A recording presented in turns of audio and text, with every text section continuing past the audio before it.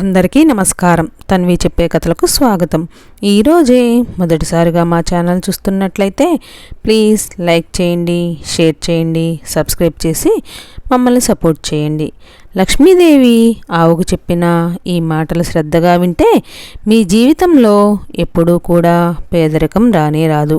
ఈ మాటలను మంచిగా విశ్వసించి మీరు అర్థం చేసుకున్నట్లయితే అసలు పేదరికం రానే రాదు, సంతోషకరమైన జీవితం లభిస్తుంది. మరి లక్ష్మీదేవి ఆవుకు చెప్పిన ఈ మాటలేంటో మనం ఇప్పుడు ఈ వీడియో ద్వారా తెలుసుకుందాం. మహాభారతంలో శాంతి పర్వంలో లక్ష్మీ గోచారం అనే ఒక విశేష అంశం ఉంది.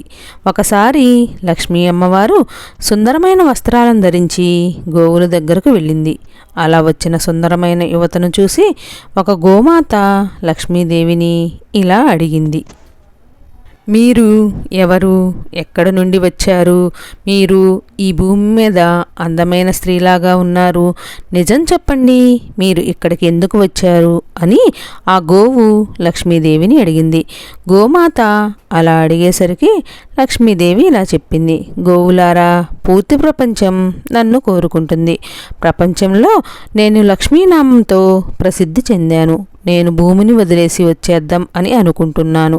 ఎందుకంటే ఆచారం భ్రష్టత్వం అవుతుంది. హింసలు జరుగుతున్నాయి. నరులు పశువులను చంపి తింటున్నారు. ముసలి వాళ్ళని గౌరవించడం మర్చిపోతున్నారు. పిల్లలకు మంచి సంస్కారాలను నేర్పించకుండా చరిత్రహీనులుగా తయారు చేస్తున్నారు. స్త్రీలను బాధిస్తున్నారు. అలాగే ప్రతి విషయంలోనూ కూడా అకారణంగా గొడవలు పడుతూ ఉన్నారు. తామసిక భోజనాన్ని తింటూ రోజంతా కూడా నిద్రిస్తూనే ఉన్నారు. ఒకరిని ఒకరు తిట్టుకుంటూ ఉన్నారు. ఒకరిని ఒకరు చంపుకుంటూ ఉంటున్నారు. ధనాన్ని నిరుపయోగం చేస్తున్నారు. మూగజీవుల్ని హింసిస్తూ ఉన్నారు. అలాంటి చరిత్రహీనులను చూసి నేను అక్కడ ఉండలేక ఇక్కడికి ఇలా వచ్చేశాను అని ఆవులకు లక్ష్మీదేవి చెప్పింది. అయితే నన్ను వదిలేయడం వల్లనే రాక్షసులు నాశనం అయ్యారని, దేవతలు నా ఆశ్రమంలో ఉండడం వల్లనే వారు సుఖభోగాలు అనుభవిస్తున్నారని, ఇక ఆచార భ్రష్టులు అయితే నేను వాళ్ళని వదిలి వెళ్ళిపోతానని లక్ష్మీదేవి చెప్పింది. లోకులు నేను చంచల స్వభావినని అంటారు. నేను ఒకచోట ఎక్కువ రోజులు ఉండలేనని అంటూ ఉంటారు.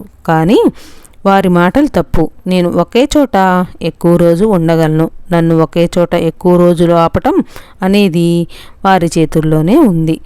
నన్ను సరైన విధంగా ఉపయోగించుకొని ధర్మాన్ని పాటిస్తూ జీవనాన్ని గడుపుతూ గొడవలు పడకుండా సంతోషంగా ఉంటూ శుభకర్మలు చేస్తూ ఉంటే, నిర్దోష పశువులను హింసించకుండా ఉంటే నేను వారి దగ్గర చాలా ఎక్కువ సమయం వరకు ఉంటాను. ఏ రోజు నుండి వారు అన్యాయ కార్యక్రమాలు చేస్తారో, వ్యసనాలకు అలవాటు పడతారో ఆ రోజు నేను వారి ఇంటి నుండి దూరం అయిపోతాను. ఎవరి శరీరం నుండి నేను బయటకు వచ్చేస్తానో వారు నరకాన్ని అనుభవిస్తారు. ఎవరి శరీరంలోనికి ప్రవేశిస్తానో వారు అదృష్టవంతులు అవుతారు. ధర్మార్థ కామ మోక్ష అని అంటారు కదా, అవేమీ నా అనుగ్రహం లేకుండా మనుషులకు సుఖాన్ని ఇవ్వవు. గోవులారా, ఇది నా ప్రభావం అని లక్ష్మీదేవి చెబుతుంది. ప్రపంచం నడవడానికి నా అవసరం చాలా ఉంది. అలాంటి నేను మీ గోవుల దగ్గరికి ఎందుకు వచ్చానంటే మీ శరీరంలో నేను నివాసం ఉండాలని అనుకుంటున్నాను. కాబట్టి మీరు నాకు ఆశ్రయమిచ్చి సంపన్నులు అవ్వండి అని లక్ష్మీదేవి గోవులతో అంటుంది. కానీ లక్ష్మీదేవి మాటలు విన్న గోవులు ఇలా అన్నాయి, దేవి, మీరు ఇంకెక్కడికైనా వెళ్ళి ఉండండి. మాకు మీ అవసరం లేదు. మీరు పాపుల ఇంట్లో కూడా ఉంటారు. అందువలనే మీరు వేరే ఎక్కడికైనా వెళ్ళి ఉండండి. మీకు ఎక్కడికి వెళ్ళడం ఇష్టం అని అనుకుంటే మీరు అక్కడికే వెళ్ళండి. మా శరీరం పుష్కలతమైనది మరియు సుందరమైనది. మాకు మీతో ఏమీ పని ఉంటుంది? మాకు ఎన్నో మాటలు చెప్పారు. అందుకు మీకు ఈ ధర్మ చెబుతాము అని గోవులు అన్నాయి.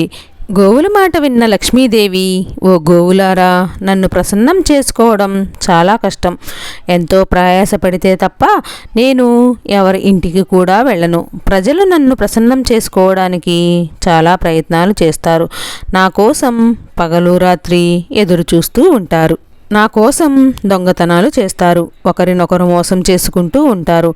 సోదర సోదరీమణులతో తల్లిదండ్రులతో కూడా నా కోసం గొడవలు పడతారు. నా కోసం ప్రజలు దేశాలను విడిచిపెట్టి విదేశాలకు కూడా తిరుగుతూ ఉంటారు. కానీ వారి కోరిక అనుసారం నేను ఎవ్వరికీ అందడం లేదు. ఇక్కడికి మీరు కోరుకోకుండానే నేనే స్వయంగా వచ్చాను. అయినా మీరు నన్ను నిరాకరిస్తూ ఉన్నారు.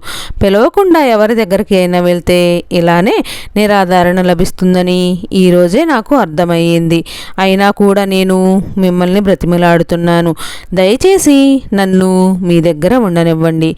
నన్ను స్వీకరించండి. మీకు తెలియదు, ఈ ప్రపంచంలో నన్ను ఎవ్వరూ కూడా స్వీకరించకుండా ఉండరు అని లక్ష్మీదేవి గోవులతో చెబుతుంది. అప్పుడు లక్ష్మీదేవి మాటలు విన్న గోవులు ఇలా అన్నాయి. అమ్మా లక్ష్మి, మిమ్మల్ని మేము అవమానించడం లేదు. మేము మిమ్మల్ని త్యాగం చేస్తూ ఉన్నాము. అది కూడా ఎందుకంటే మీ మనసు చంచలమైనది. మీరు ఎక్కడా కూడా స్థిరంగా ఉండరు. తరువాత మీరు మమ్మల్ని వదిలేసి వెళ్ళిపోతే ఈ ప్రపంచంలోని మనుషులు చాలా స్వార్థపరులు. మేము పాలు ఇవ్వకపోతే మమ్మల్ని వదిలేస్తారు.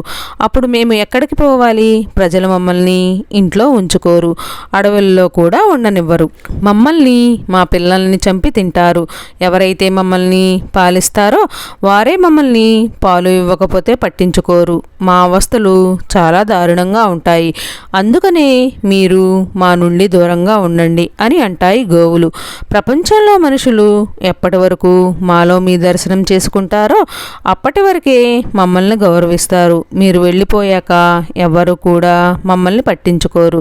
అందువల్లనే మేము నిన్ను స్వీకరించడం లేదు అని గోవులు అన్నాయి. అయినా నిన్ను స్వీకరించి మేము ఏం చేయాలి అని గోవులు లక్ష్మీదేవితో అంటాయి. అప్పుడు లక్ష్మీదేవి, గోవులారా, ఎప్పుడూ కూడా మీరు ఇతరులను ఆదరిస్తూ ఉంటారు. ప్రపంచంలో మీకు ఆదరణ లభిస్తుంది. కనుక నన్ను గౌరవించండి. నేనే స్వయంగా మీ దగ్గరకు వచ్చాను. నాలో ఏ ద్వేషం లేదు. నేను మీ సేవకురాల్ని. అది తెలుసుకొని నన్ను రక్షించండి. నన్ను నమ్మండి. మీరు ఎప్పుడూ కూడా అందరికీ శుభాలను ఇస్తారు. మీరు పుణ్యాత్ములు, పవిత్రమైన వాళ్ళు. మీ శరీరంలో ఏదో ఒక స్థానంలో నన్ను నివాసం ఉండనివ్వండి అని లక్ష్మీదేవి అడుగుతుంది. అప్పుడు గోవులు లక్ష్మీదేవితో ఇలా అన్నాయి.